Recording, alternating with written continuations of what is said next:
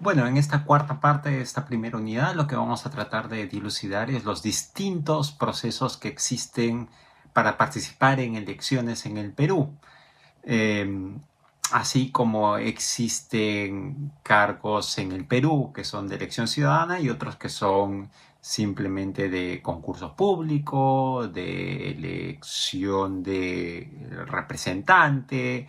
Eh, Hay algunos donde se requiere hacer una carrera pública. En el caso del Perú, nosotros tenemos, podría decir que hasta tres tipos de elecciones principales. Están las elecciones presidenciales, a las cuales llegan aquellos partidos políticos y candidatos que tengan su registro vigente en el registro de organizaciones políticas, de acuerdo con nuestra ley de partidos. Hoy hay más o menos 40 partidos políticos que tienen este registro vigente y por lo tanto están habilitados para participar en las elecciones del 2026. Son elecciones para presidente y los dos vicepresidentes.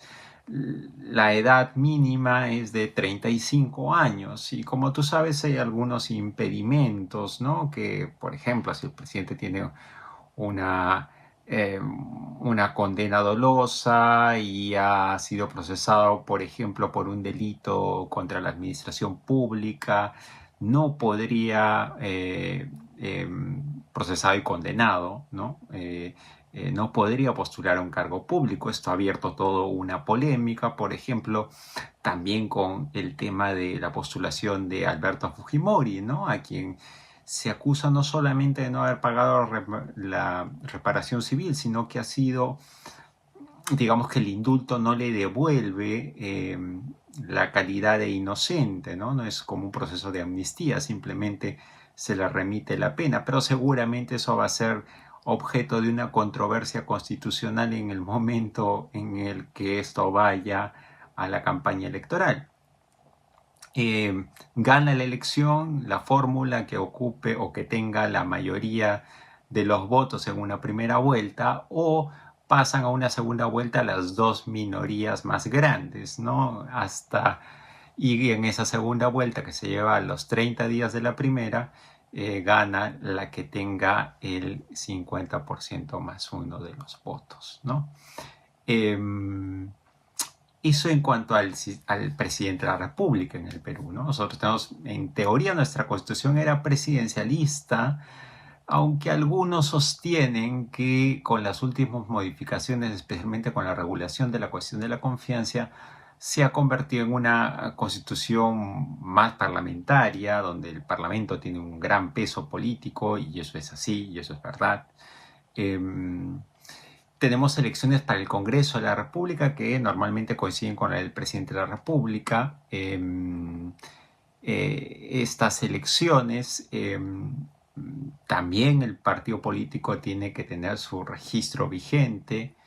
Eh, Generalmente en el Perú solo hemos tenido en los últimos años elecciones para una cámara, que era la Cámara del Parlamento, la Cámara Baja, ¿no? Que existía inicialmente 120, hoy 130, después de una modificación, congresistas que se eligen en un distrito electoral múltiple, donde cada distrito electoral es una región eh, que tiene una representación, ¿sí?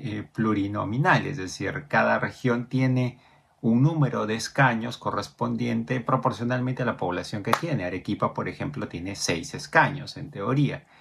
¿Cómo se llenan esos escaños? Pues se llenan en base al método D'Hondt o el método de la cifra repartidora.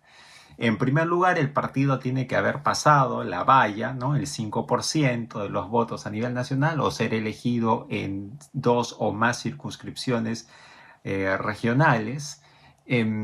Una vez que haya pasado eso, el método de la cifra repartidora consiste simplemente, el método Duhon consiste en dividir los votos que ha obtenido ese partido político para el Congreso en el número de escaños que tenga esa región, ¿no? El número total entre, por ejemplo, Arequipa 6, se divide entre 6 y se pone la primera cantidad entre entre 1, entre 2, entre 3, entre 4, entre 5 y entre 6 del número total de votos que ha sacado ese partido político, ¿no?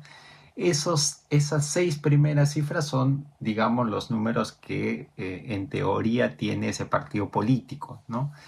Igual se hace con todas las fórmulas regionales. Y luego resaltas las cifras más altas que te den después de esa división, ¿sí? Y es así como las 6 primeras cifras en el caso de Arequipa serán el número de escaños que le corresponda a esa organización política.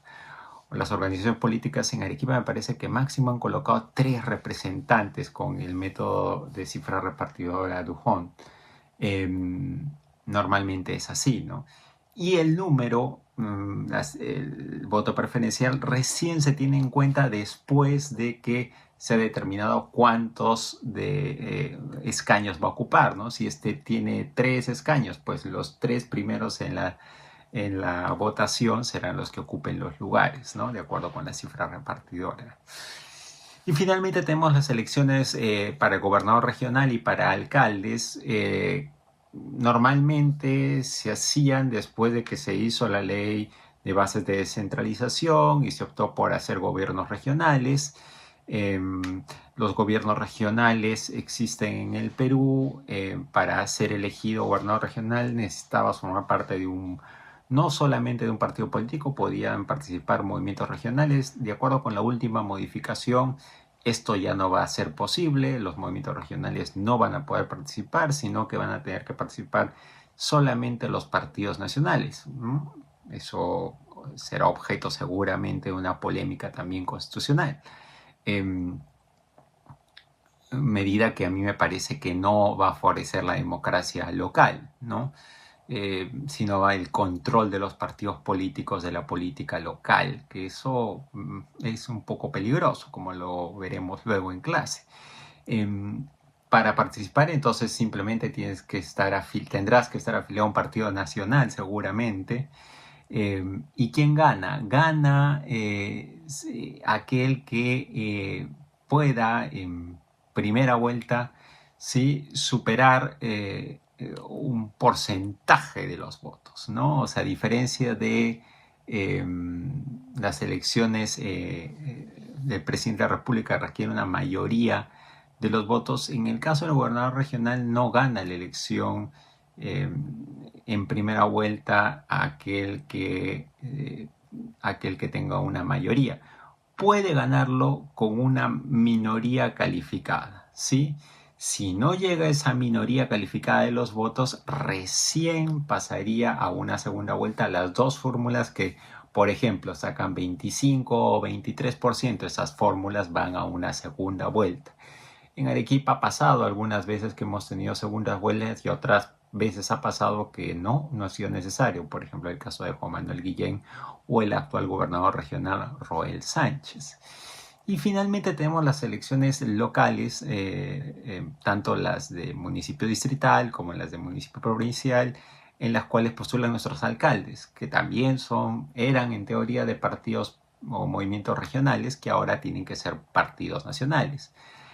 ¿Cómo se eligen? Bueno, aquí no importa el número de votos, gana la votación el que tenga la cifra más alta de votos de determinada circunscripción, así sea muy bajita, ¿no? De hecho, los alcaldes distritales, los alcaldes provinciales de Arequipa, los últimos elegidos, han tenido una cifra de votos muy bajita en comparación de los anteriores. Esos son, digamos, los 3 grandes procesos electorales que hay en el Perú y las 3 grandes campañas para las que uno hace, digamos, marketing político, ¿no? También podríamos hablar de revocatorias, que podrían entrar en el aspecto de campañas políticas o referéndum, ¿no? Especialmente si se quiera aprobar una nueva constitución o modificar un texto como lo hizo el presidente Vizcarra cuando dijo que no estaba, que sometía a un referéndum la reelección de los congresistas, entre otras cosas. Son procesos atípicos, pero que también merecen la participación de los ciudadanos.